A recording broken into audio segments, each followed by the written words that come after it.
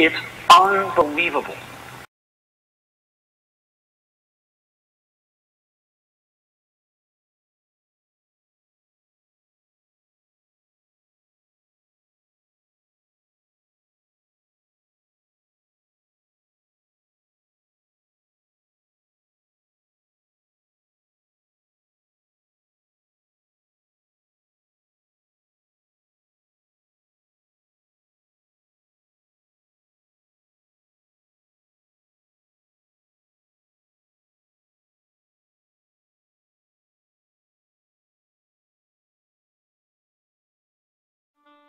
I called up Bill Hewlett when I was 12 years old, and he lived in Palo Alto. His number was still in the phone book. And he answered the phone himself. He said, yes? Hi, I'm Steve Jobs. I'm 12 years old. I'm a student in high school, and I want to build a frequency counter. And I was wondering if you had any spare parts I could have.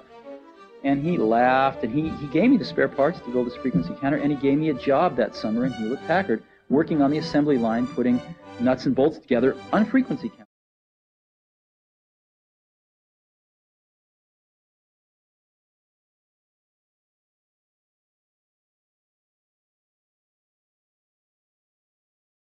One of the things that Woz and I did was we built blue boxes. These are obsolete now, but they were devices that you could build. You know, when you make a long-distance phone call in the background, you hear, those are the telephone computers actually signaling each other, sending information to each other to set up your call. And the signaling they use is a lot like touch-tone phones, only it's different frequencies. Well, you can make a box that emits those frequencies. It can make those tones. And there's a way to there used to be a way to fool the entire telephone system into thinking you were a telephone computer and to open up itself and let you call anywhere in the world for free. And matter of fact, you could call from a payphone, go to White Plains, New York, take a satellite to Europe, take a cable to Turkey, come back to Los Angeles, and you go around the world 3 or 4 times and call the payphone next door and shout in the phone, and be about 30 seconds and come out the other end of the other phone. So we actually, and these were illegal, I have to add, but in spite of that, we were so fascinated by them that Woz and I actually figured out how to build one. We built the best one in the world. It was the first digital blue box in the world. And we would give them to our friends and use them ourselves. And you know, you rapidly run out of people you want to call. But it was the magic of the fact that 2 teenagers could build this box for $100 worth of parts and control hundreds of billions of dollars of infrastructure in the entire telephone network in the whole world, from Los Altos and Cupertino, California. That was magical. And experiences like that taught us the power of ideas, the power of understanding that if you could build this box, you can control hundreds of millions of dollars worth of telephone infrastructure around the world. That's a powerful thing. And that, if we hadn't have made blue boxes, there would have been no Apple. Was I?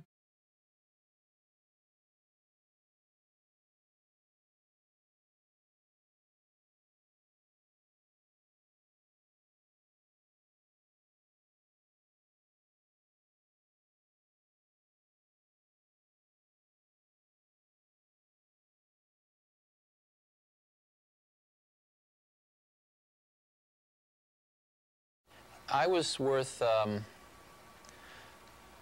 about over $1 million when I was 23, and over $10 million when I was 24, and over $100 million when I was 25.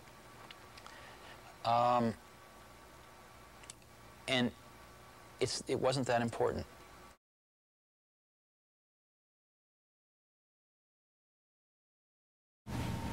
I think one of the things that really separates us from the high primates is that we're tool builders. And I read a study that measured the efficiency of locomotion for various species on the planet. The condor used the least energy to move a kilometer. And humans came in with a rather unimpressive showing about 1/3 of the way down the list. It was not too proud of a showing for the crown of creation. So that didn't look so good, but then somebody at Scientific American had the insight to test the efficiency of locomotion for a man on a bicycle. and a man on a bicycle or a human on a bicycle blew the Condor away, completely off the top of the charts. And that's what a computer is to me. What a computer is to me is it's the most remarkable tool that we've ever come up with. And it's the equivalent of a bicycle for our minds.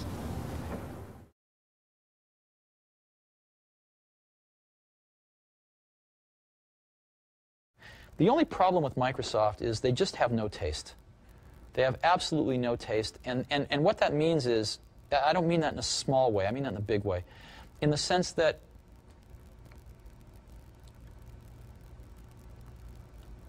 they don't think of original ideas, and they don't bring much culture into their product. And you say, well, why is that important? Well, you know, proportionally spaced fonts come from typesetting and beautiful books. That's where one gets the idea. If it weren't for the Mac, they would never have that in their products. And so I guess I am saddened, not by Microsoft's success. I have no problem with their success. They've earned their success, for the most part. I have a problem with the fact that they just make really third-rate products.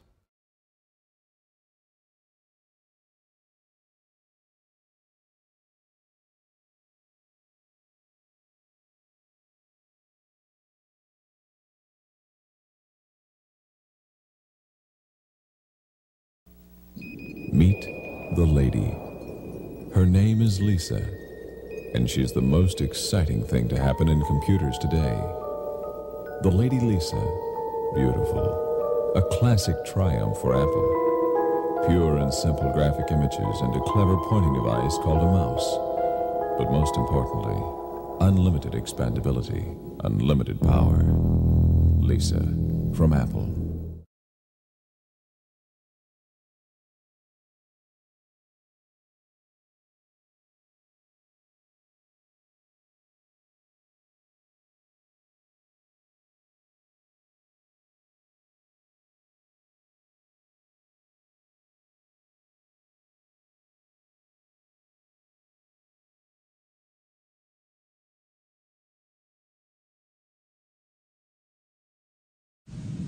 Today we celebrate the first glorious anniversary of the Information Purification Directives. We have created, for the first time in all history, a garden of pure ideology, where each worker may bloom, secure from the pests of being contradictory thoughts. Our unification of thoughts is more powerful a weapon than any fleet or army on earth. We are one people. One will, one resolve, one cause. Our enemies shall talk themselves to death, and we will bury them with their own confusion. We shall prevail. On January 24th, Apple Computer will introduce Macintosh, and you'll see why